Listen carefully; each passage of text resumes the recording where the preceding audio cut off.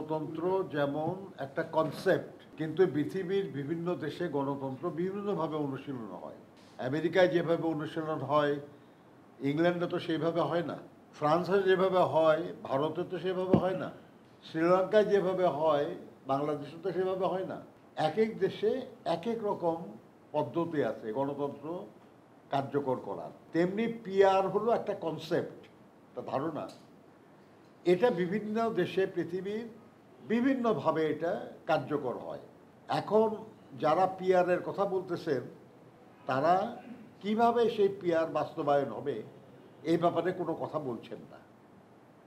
তাহলে এ সম্পর্কে একটা অস্পষ্ট ধারণাই থেকে যাচ্ছে। এটা আলোচনার জন্য আলোচনা হচ্ছে।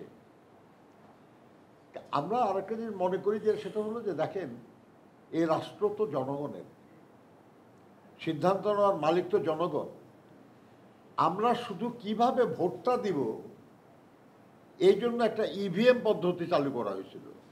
বান্ডেল থাকলে প্রতি সেনমানিতে টাকা বাঁচবে। বিকাশ সেনমানি বান্ডেল কিনে জিতুন প্রতি লেনদেনে।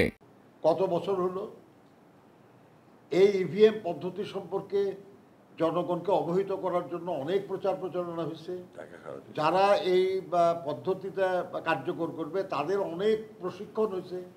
সেই প্রশিক্ষণে যারা গেছে তারা যে ভাতা নিয়েছে এই নিয়ে দুর্নীতির অভিযোগ হয়েছে। আবার তাদের মাধ্যমে সারা দেশে জনগণকেও প্রশিক্ষিত করার চেষ্টা হয়েছে। তারপরেও আজ পর্যন্ত ইভিএম পদ্ধতি কিন্তু কার্যকর হয় নাই। শুধু কিভাবে ভোটটা প্রয়োগ করবে সেটা। আর পিআর পদ্ধতি হলো গোটা নির্বাচন ব্যবস্থাকে বদলে দেওয়া। এই নিয়ে জনগণের সঙ্গে কি কোনো মত বিনিময় হয়েছে আপনাদের কারো? এ সম্পর্কে জনগণকে কে কিছু অবহিত করেছে?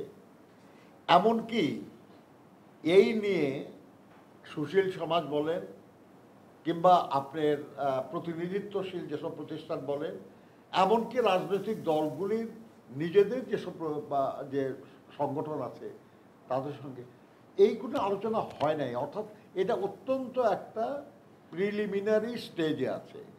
ফর্মালি এই নিয়ে কোনো আলোচনা এখনো ঐক্যমত্য কমিশনে শুরুই হয় নাই।